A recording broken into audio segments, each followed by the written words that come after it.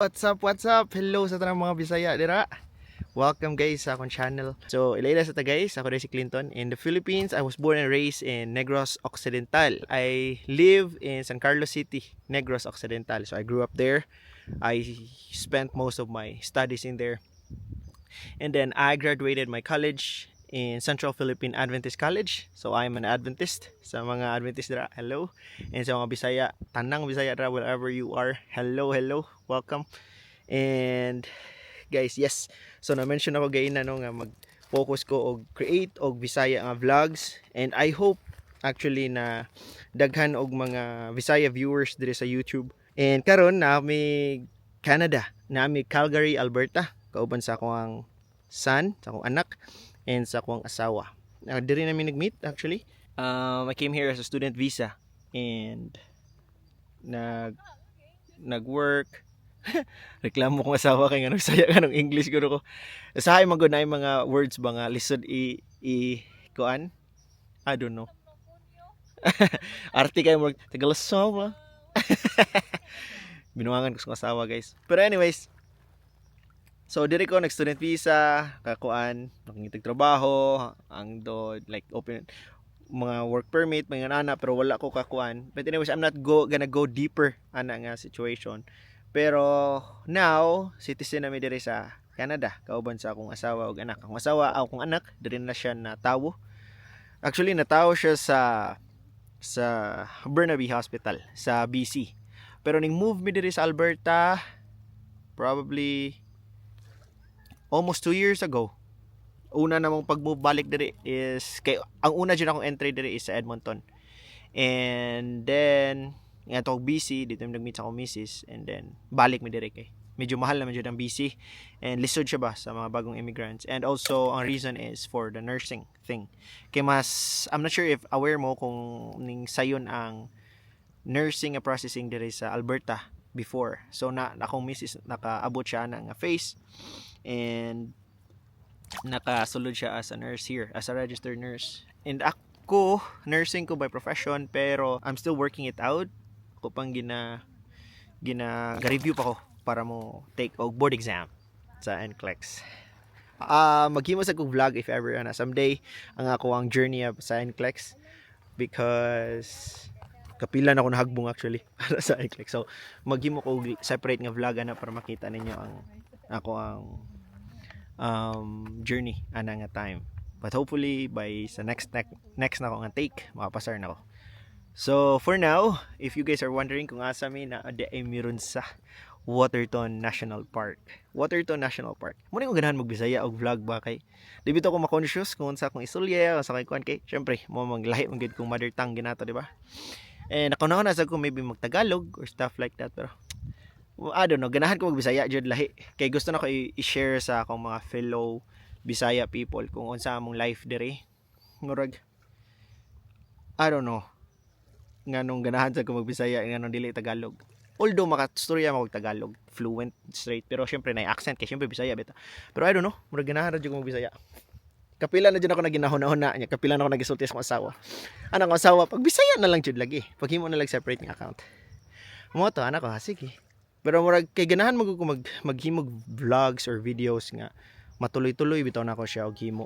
So the reason di I put sa reason guys ayon yung lain na ha nga naghimo ko ani nga channel is dili para sa mga hambog sa uban or kanang kung asa man ang ako mga fellow Bisaya dira. Asa man mo karon dili para manghambog ninyo nga anak ko Canada na nindot among life diri. Dili. Gihimo na ko na siya nga channel para mag-create lang ko community and I don't know, mga like-minded people, and at the same time sa mga wala pa kaanhi, makita nila unsa ang itsura sa Canada, ako ang mahulog nilang murag mata. So ang video nga akong mga himuon ana bitaw maka-share ko sa ila ha kung unsa ang kuan, and sa mga nagplano pud nga manhi di makabalo pud sila inana di ay. So mag-create kog more videos sa mga about sa mga ana. And at the same time also sa mga nagadiri na nga mga Bisaya nga nanang Canada, unya na plano nga mulaag diri sa wherever kung wala mo diri sa Alberta, gaplano mo kuan diri, at least if ever na mag-create ko mga videos nga makahatag ninyo information nga like for example about sa fees or stuff like that, so on and so forth, nga mga whatever nga maka-help sa inyo ha, then that would be a nice thing, right? So mao ra na ang main reason nga nung nag-create ko na channel. First is to create consistency sa akong mga vlogs, to create videos. Kay ganahan jud ko may videos kay gusto sa ako ma-record ang among journey as a family dire and makita ang pagdako sa akong anak ba through my videos. And mao jud na akong plano since nag-start ko palit og mga camera. And I hope mapadayon ako nga karon nga mag-create na jud Bisaya nga vlogs. But this time dili ko maghunahuna, magsigir ako share, magsigir ako create og videos, kung unsa ang tan-aw na ako nga nice basta ina Bisaya nga dialect. So if you guys are watching this video nga di mo kasabot og Bisaya or whatever, I believe na ay subtitles ani. So if ever kamo na lay adjust ha. Dili na ko ma-adjust kapoy kay English or kung if ever I believe na po ni siya Tagalog na mga kuan. So ana na lang. So karon nag-walking mi sa akong family nami sa Waterton no. So ang amo ang tent is na dito na area. Let's see kung makita ninyo. Na dito ang amo ang tent. Ako ipakita ninyo later. Car camping among birada ron. So nag-car camping mi. Actually this is our second car camping. Ang first na mga car camping galisod mi wala pa tarong equipments pero whatever lang good nga mahigdaan nga mukuan. Pero karon ning invest mi og mga products nga from Amazon nga magamit namo para sa among car camping. Nga medyo mahimong comfortable lang among pag car camping. So ang among plastada di ay naami separate tent. Good for 2 ata to nga tent or good for 3. Gihimo na mo to siya for stockan sa mga gamit ba. Like for example, kung umuulan, dito na mo tanan kay kuan kay para mahawan ang sa sulod sa car. Then as a car, ning palit sad kog owning sa Amazon nga moy murag mura siya og basta murag mo tawhay ang lisod kay i-describe. Ako ipakita ra ninyo sa maghimo og kuan B-roll ani makita ninyo ang akong pasabot. And then gamay ra mong car actually 2009 nga Toyota Matrix.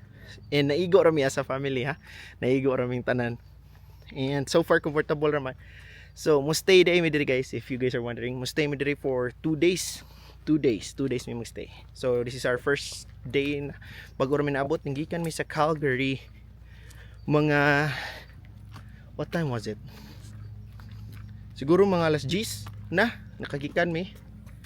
And then it's a 2 hours and a half nga biyahe from Calgary. So it's not that bad. Mao lang po'y nakalami anin pagbalhin na mo diri sa Calgary. Mao po dang naganahan ni Mrs. Kaya ang Calgary mas duol og mga laagan. And at the same time, sa una katong namig Edmonton, although kung mobiyahe mi, lisod ba? Kay layo kayo bitaw. And like for example, ang Edmonton to Calgary is around 3 hours away or more. 3.5 siguro. Na imagine that, i-add pa na nimo nya kung anhi pag Waterton, sumudagan og mga 5, almost 6 hours ang biyahe. Pero since kay kami nami sa Calgary nag-stay, so it's closer. But the thing is, ang Calgary karon is more expensive compared sa Edmonton. So, mao lang po nakalami sa Alberta is, for example, if new family mo, new immigrant family, bago mo dire, so daas og chance nga makapay pa mo property. Kay karon although ning mahal ang Calgary, pero naa man gyapon yung mga townhouses nga makaya ninyo like 300,000 asing nana. Mo na part sa mong future plan but wala dili pa na siya ingon priority jud na mo ron. Among priority ron mag-enjoy sa samong life, no? Mag-stable mi sa mong career and whatever, enjoy ang life while planning ahead, of course. Kay mo guni siyang murag mo fuel ba nga maabot bitaw nimo na future. Kay kung dili na ma-enjoy ang mong life nga sige ra plano abot sa future, nga sige work ana ipon, which is okay, depende lang po sa tao. Pero maka-burnout ba pud madugay. Unya, kung ma-burnout ka, kapoy. Whereas kung namuba ka sa bakasyon kisahay laglaag, hindi mo rag mabago ang imong perspective sa imong kinabuhi.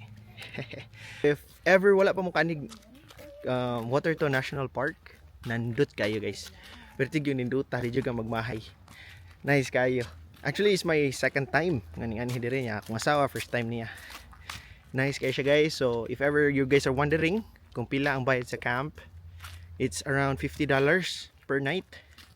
And good for 6 people. So kung daghan mo og kuyog, daghan mo og ma-invite, edi mas lesser ang inyong mabayaran, di ba? Tunga ra mo. And sa amo ang campground, dool na mi sa washroom, dool mi sa basurahan, dool mi sa tubigan, dool mi sa kitchen shelter. Ana, so naapoy shower libre ana. So in kaso gusto mo stay diri dugay, nindot siya. Maka-less jud ka while enjoying diri sa mga staff nga naa diri sa Waterton. Na sila yung mga bike, na sila yung uy, na ay deer bi. Tanawa. To, so nahan ay mga deer nagkaon. Ano na ay deer. Atong videohan ron. Anyways, nindot siya diri guys and medyo mo magmahay. Nindot siya kayo nga experience. So kung namog busy, nindot po ng busy. Pero so far kinatag Alberta ron, explore na to kung saan sa Alberta and every lakaw na mo sukad karon dalo na mo nako para makita ninyo nga mo nakita sad. So nice kayo siya diri guys. And if ever also kung nagplano mo pagdala jud mo inyuhang mga food kay murag walay grocery store diri. Siguro na mga convenience. Hello. Na mga convenience store pero dili same nga na like sa Safeway, sa Costco, whatever. Nice kayo mga balay diri guys. Tanawa.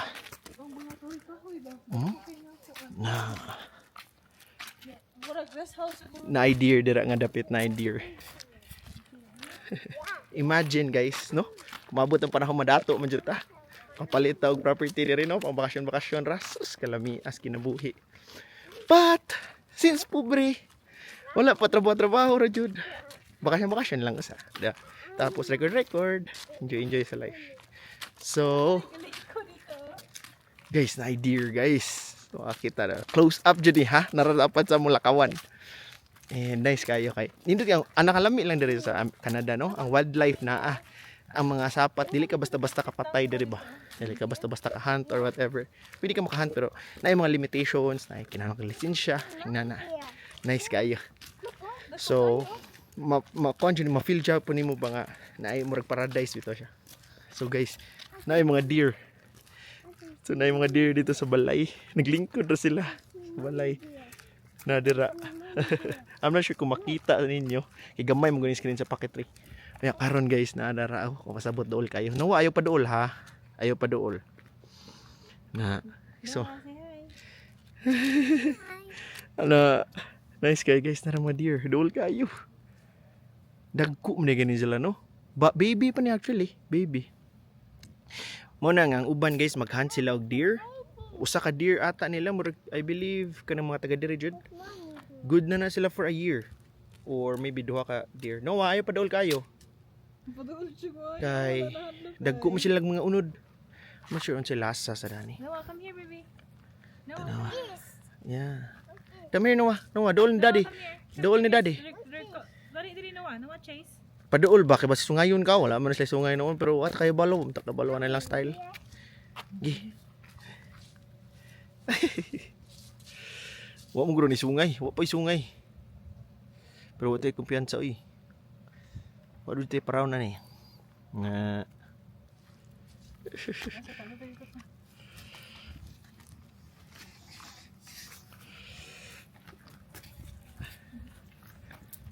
So guys, kung wala pa mo ka anhi diri bakasyon, i-appeal ni sa inyong bucket list. And also, kung bago mo na citizen day guys sa Canada, naman sila free nga app, diba? Nga good for a year, nga nakay free pass for the entire year sa mga national parks, entire Canada.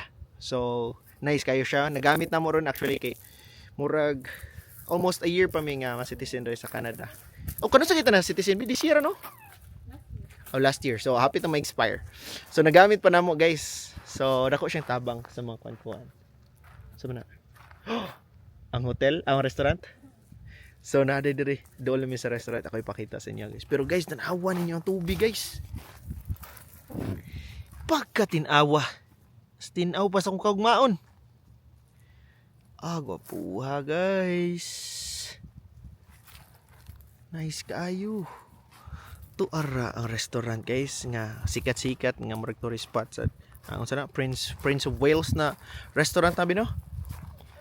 Hotel so nara dito.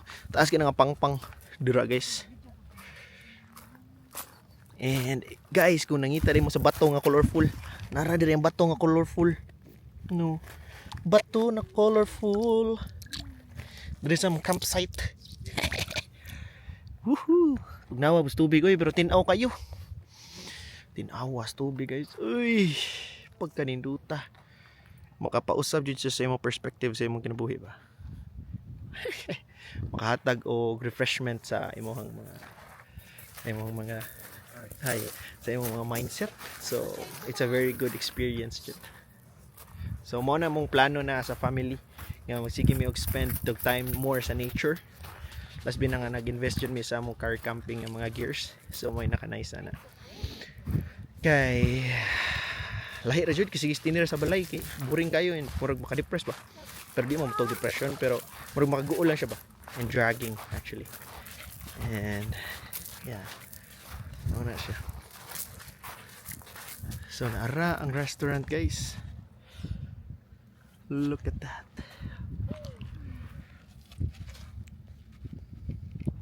Sinuwa kay nawala na siya medyas kay yung kalit ra siya diretso sa tubig kay na. Nabasa. Na-excited siya. So kaning babae sa akong likod nagna siya gihimo.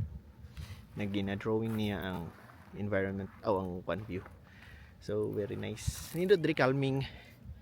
Kalma nga miming. Calming. Nya, okay na kay grabe sa mong photographer dere. Kita photographer na diha. Oh. Sus. Uy, tanaw, nahiwi na naman. Nahiwi ang kwan sa video sa photographer. My boy, say hi. Hi. Say hi nila, be. Inahay. Nanamata sa... Inahay mga bisdak. Nanamata sa syudad, bidulo di kaayo. Really? Ang taon.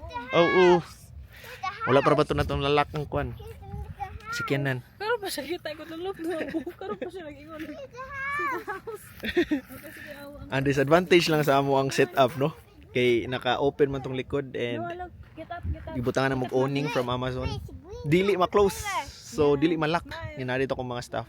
Pero hopefully, wala rin mga hilabot. Pero so far, dito sa Canada, wala mo kayo siya mga hilabot. Smile sa Usually, Nani, smile. buta na to Hey, dali na. 5 to 10% ra nga na chance nga na may nana. Pero hoping nga wala. Kaya wala amro ba itong gibiyaan. Pero let's see, nagbalik na to ron. Asa? Nay bear? Sa itong car. Sorry, na ako bear sa ulay. Nice kaya dere guys. And from our camping ground, pwede ra din mo siya ma-walking guys na maabot na rin ka dere sa town. So from our camping ground dito gay na naglakaw-lakaw raman mi from that area. Paglakaw-lakaw ana, abot nimo dira kawa na. Duol lang ka sa town. Na dring mga bike rentals, inana. So guys if ever you guys are planning to come here, apila ni sa inyong bucket list ang Waterton National Park. Actually, kaduha pa namo ni nga car camping ni Mrs. ug sa as a family. Ang first namo is dito mi sa Drumheller, dito sa ito na mga dinosaur museum. And nagamit sa namo amo ang Canoe app dito. So free ang mga admission tanan. So wala may gibayaran sa murag entrance ba. Kay tungod sa bag-o mi na citizen. So nagamit yun ang mga kuan. And then nag-car camping rami dito for a year. For a night. Sa grabe sa for a year. So car camping dito for a night. And mo to first yun na mo ever car camping. Kuan ra habol-habol ra sa car. Tangan ra kuan katong sa playmat ni Noah sa una. Wala. Na-survive ra. One night ra bitaw. Dahil sugba-sugba rami dito. So nawapay.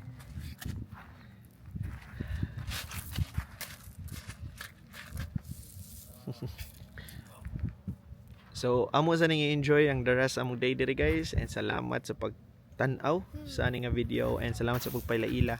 And if ever ayaw mo kaulaw mo gamit sa comment section, isulti ninyo kung asa mo gikan, kung asa mo ga watch ron. I believe nga dili ra ng mga tao nga nasa Canada o sa Philippines na nakita ani. Hopefully na po yung mga kwan nga para mabalansan ako kung asa gaabot ang akong video ba. And at the same time makailaila sad ko sa inyo. Mabasa na ko yung mga comments, and if ever maka-create ko communities, Bisaya community diri sa ani nga channel, and I'm planning to stay consistent mag-upload og mga Bisaya contents, and I hope I'll see you guys sa akong mga future uploads. And don't forget to like and subscribe kay para updated mo sa akong future uploads para wala mo ma-miss na mga video. And if ever ko na mo ma-miss, tanawaran yung balik sa akong channel. But anyways, until then guys, take care and God bless you all. And see you in my next video.